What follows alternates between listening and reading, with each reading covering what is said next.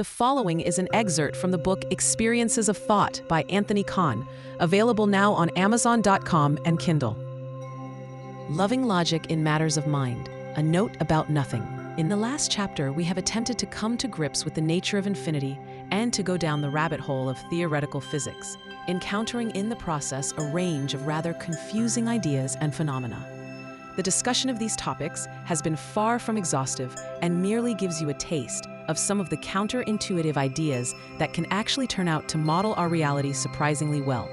For this reason, it was important that we at least become acquainted with them, even though they can well induce a headache in even the most seasoned physicist or mathematician. From this point on, however, we shall take a different tack and begin to consider more matters of experience, as opposed to the experiences of matter that constitute the more physical aspects of our existence. Where better to begin this endeavor than with a few thoughts about nothing? Consider the universe we live in and suppose that we take away everything that is composed of matter. To be thorough, in light of our discussion in section 3.4, we should consider all energy to be removed also. What are we left with? Nothing? What about time and space? In light of our discussion in section 3.3, perhaps they no longer truly exist in the absence of matter and energy anyway. But regardless, let us remove them also and think about what we are left with. Surely nothing. But are we? Have you ever thought about nothing? Most assuredly you have not, for it would be a contradiction in terms.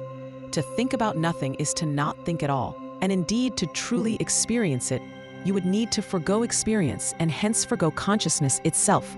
Thus nothingness is an impossibility as long as we have consciousness. When we think about our universe, we tend to think of planets and stars and vast expanses of empty space.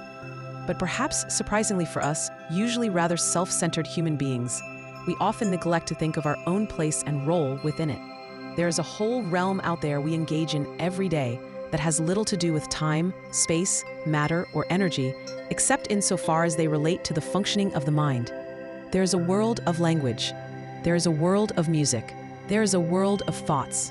Nevertheless, there is no great schism between the world of matter and the world of mind, for both follow the laws of logic and mirror each other in surprising ways, as we shall see within the sections of this chapter. Before we embark on this discussion, however, let us note well that earlier point about nothingness, as it is very important. Nothing is impossible where the mind is concerned. Now you can read that statement in two ways, but either way is valid. The mind can conjure anything except nothingness, and indeed, nothingness is the precise opposite of the mind's existence. The mind is metaphysically necessary, for nothing is defined without it. But nothing is not defined. Its existence within the mind would be the same thing as its non-existence. There is mind or there is nothing, but there is not nothing, so there is mind.